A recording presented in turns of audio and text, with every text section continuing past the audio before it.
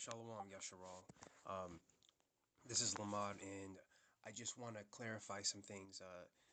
There's a lot of confusion going around the understanding of Isaiah chapter 7, verse 14. A lot of people say that Emmanuel was the fulfillment of the New Testament deity, which is completely false. I'm gonna just go ahead and explain this really simply. I was actually arguing with someone on the YouTube comment board for a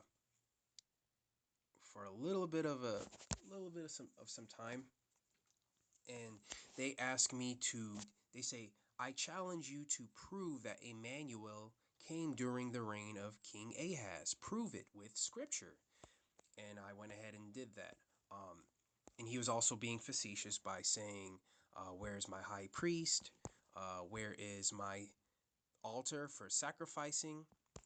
Um, I went ahead and told him I don't need an altar for sacrificing because um, I don't claim to be a Levite priest.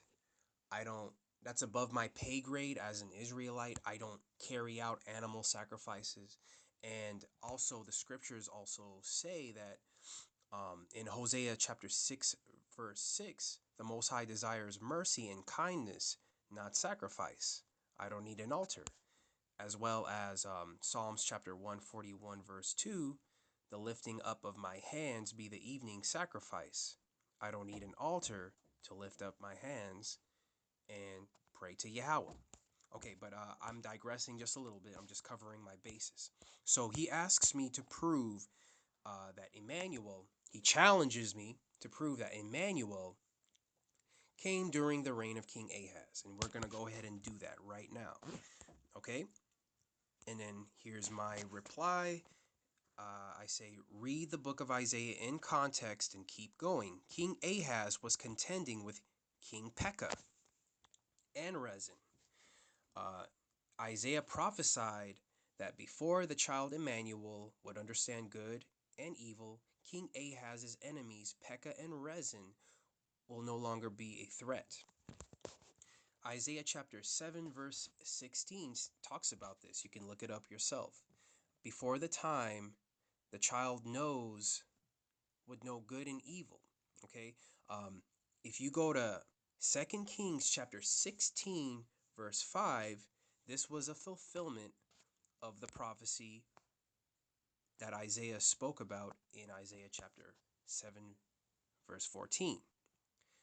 And to further prove this, you can go to the timelines. You can go to Isaiah chapter 1, verse 1. It clearly states that Isaiah was around during the time of 2 Kings chapter 16 when King Ahaz was there. Okay, to put the nail in the coffin, you can go to 2 Kings chapter 15, verse 30, and you clearly see that Pekah dies. And 2 Kings chapter 16, verse 9, Rezin dies. That is a fulfillment of Isaiah's prophecy. So I just wanted to make this video really quick to edify Yasharal.